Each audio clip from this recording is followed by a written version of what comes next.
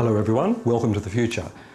We're coming up to the eve of the invasion of Iraq, or the illegal invasion of Iraq as is now widely recognised. It is a time to think not only of all the people that have lost their lives in that war, most of them incidentally being the people we allegedly set out to save, the Iraqis, which is between 150,000 and 600,000 dead and millions of displaced, most of them hungry, the children without education, the drinking water undrinkable, and so much else besides. Of course, we're all told the surge is working, but that is nonsense.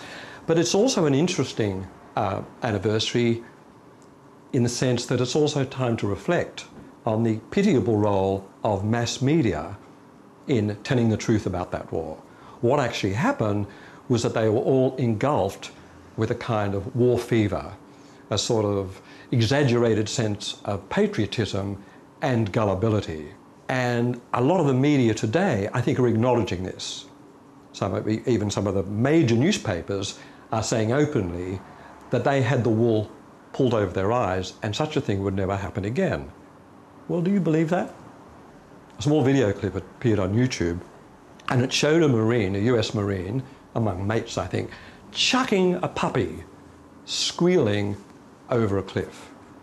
Well, did people get outraged? Obviously, it's obviously much worse to throw a puppy over a cliff than torture a few Iraqis, but nevertheless, they got outraged, and of course YouTube pulled it off. So there is censorship in the internet despite what people say. Then somebody else made another film called American Soldiers Are Going Insane. They loaded it on YouTube. It included the puppy tossing footage, but a lot of other footage besides, which was really horrible.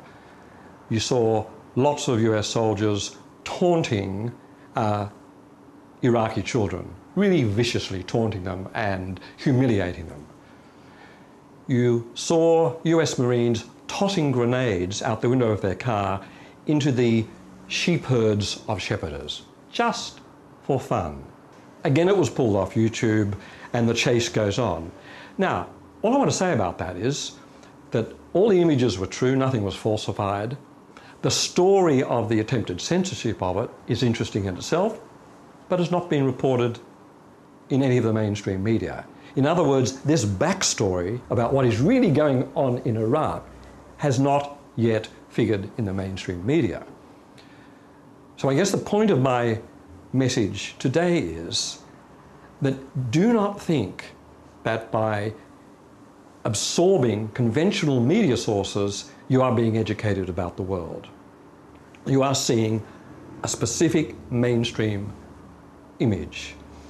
Long ago, about 500 BC, Plato wrote a story about the allegory of the cave, how we're all in a way in a cave. We're prisoners in a cave, we're chained up, we're looking at the shadows on the wall made by people passing by outside the cave, and after a while, we mistake those shadows for reality. Well, if you restrict your intake of information and entertainment to mass media, you are nothing more than a prisoner in a cave. So one of the most wonderful things about the internet explosion and the freeing up of communication globally, for all its faults and for all its pitfalls, is that maybe we can escape the cave and start to raise the level of awareness among peoples of the world as to what really is being done in our name. And finally, I want to say on the question of the anniversary of the illegal invasion of Iraq, it is about time that the perpetrators were hauled before The Hague. In other words, charged at the International Criminal Court, just like others have been charged. So, all of you out there, write letters, campaign, give speeches, put your mind to the idea of bringing to justice George Bush, Tony Blair, John Howard, Donald Rumsfeld, and all the other perpetrators of one of the most brutal acts in modern times. Meanwhile, welcome to the future.